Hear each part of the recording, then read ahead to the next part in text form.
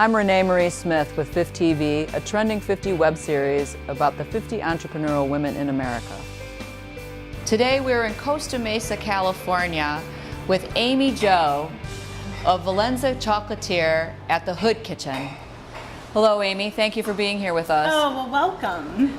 You know, the audience is meeting you for the first time. What can you share with us about Amy Jo? Well, I always get the question of, well, what chocolate do you eat? And then I say, well, what do you mean? And they're like, well, when you're standing in a grocery store line and you got the munchies, what's your go-to? And I say peanut M&Ms. I can't help it. I can't help it. That's wonderful. And how is it then from going from peanut M&Ms to luxury chocolates? What was that path? So I was in commercial real estate lending for about 15 years with Fortune 50 companies, and had a fantastic career and working my way up the corporate ladder. And I had that moment of when you find out that somebody you love has been diagnosed with cancer. And my cousin was diagnosed with ovarian cancer.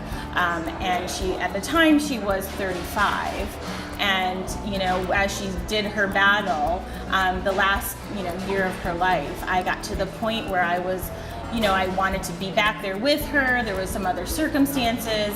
I realized, that's when the BlackBerry was out. And I would go back to Wisconsin and I'd be on my BlackBerry all the time, and nobody, they're like, who is this person, and what have you become? And I literally went in and quit my job outright. At the time I thought I was completely crazy, but in hindsight, it was the best decision that I made, because I got to spend, the last part of her life with her. She was 37 when she passed, and I always say, well, if there's a gift that she gave me, it was to all the cliches of don't have regret, find what you love, what's your passion, you only get one chance at this.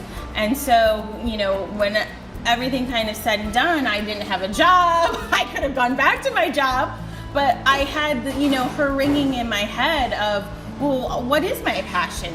I kept coming back to, my mom did turtles and chocolate covered cherries at the holidays. Well, and now that you found the product that you wanted, how did you find the customers to go with the product?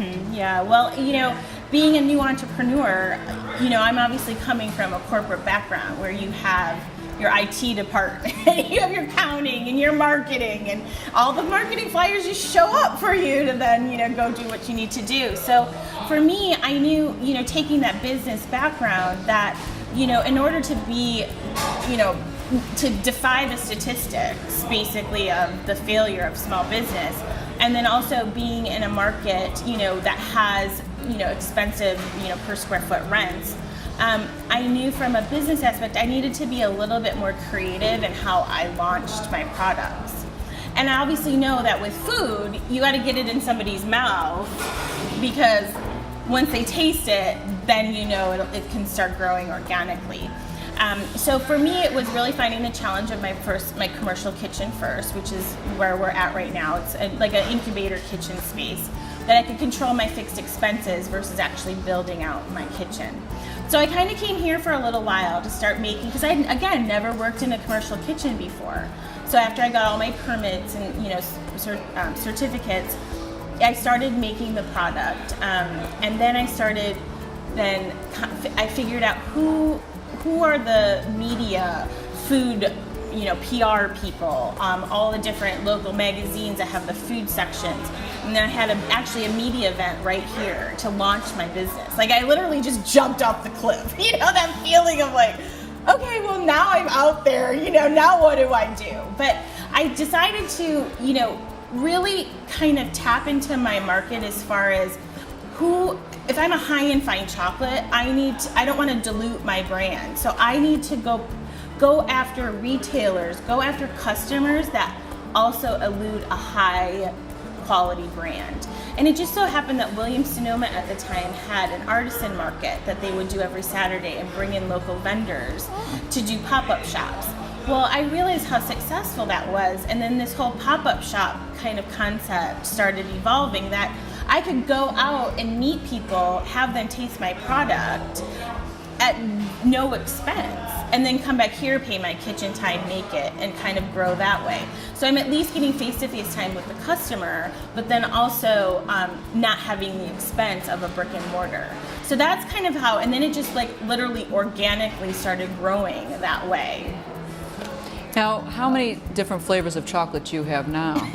Well, now, so it's been 5 years. So I'm very proud to say that it's been 5 years. And I have over 60 different products. They go between bonbons, bars, and confections. Everything I do, I don't use any additives or preservatives, so I make to order. So that's why I'm an online business, and I've kind of channeled it that way. And I use a single bean origin fair trade chocolate out of Venezuela. It's a very high-end fine chocolate. Within the product base, they rotate per holidays and seasons. So for example, like blood oranges are in season right now. So I have a blood orange bonbon. That's not something that I'm gonna do later in the year. So again, you get that constant rotation, and then my customers are always, you know, they're like waiting for that next season because they have different favorites or whatever, so. Now, what would you tell women who are just starting out as an entrepreneur or thinking about starting out as an entrepreneur? Well, you know, for me, I would have never, if somebody would have told me I was doing this, I would have said, hands down, there's no way I was going to be an entrepreneur. But when I look back, it makes sense of why I'm doing what I'm doing.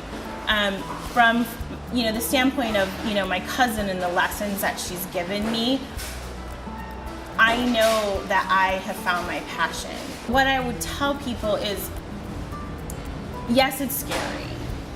Yes, you feel like you're vulnerable. You learn things about yourself that you would never know. All your own personal insecurities are going to come out as an entrepreneur because there's nobody else to fall back on. But when you know it's your passion, that won't matter. So it's trying to develop what your passion is and building your career around it. And one of the goals for Trending 50 is to help women in 2018 define what success means to them on their terms, not what the media or magazines or movies tell us is success. How does Amy Jo define success for herself? You know, it's really a deep question because I struggle with educating my customer on success.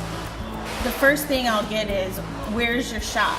Don't you have a brick and mortar? And then I say no. And then they're like, well, aren't you in any stores? So they've already defined my success based on their perception of, if you sell a product, you should be in Whole Foods, you should be here, you should be somewhere where I have immediate gratification. So for me, because my definition of success is you enjoying this.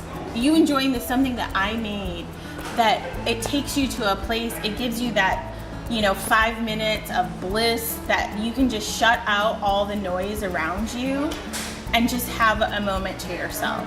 I had a vet email me and he had my limoncello bonbon. I get the goosebumps. And he sends me this note and he's like, when I had that he took me to, I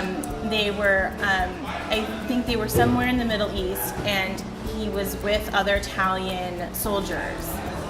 And one of them was teaching him, and they were cooking. And they had some limoncello. And that moment and that conversation and in that experience he had with them, my limoncello took him back there. Wow, wow.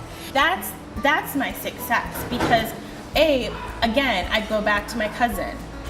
Don't live with regret. What are you going to be remembered for? All these cliches of, I know that I make something that is amazing, okay?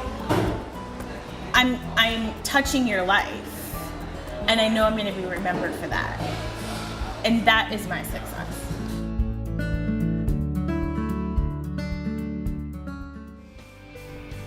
This is Renee Marie Smith. Thank you for watching FifTV, a Trending 50 web series. If you enjoyed the video, hit like and share.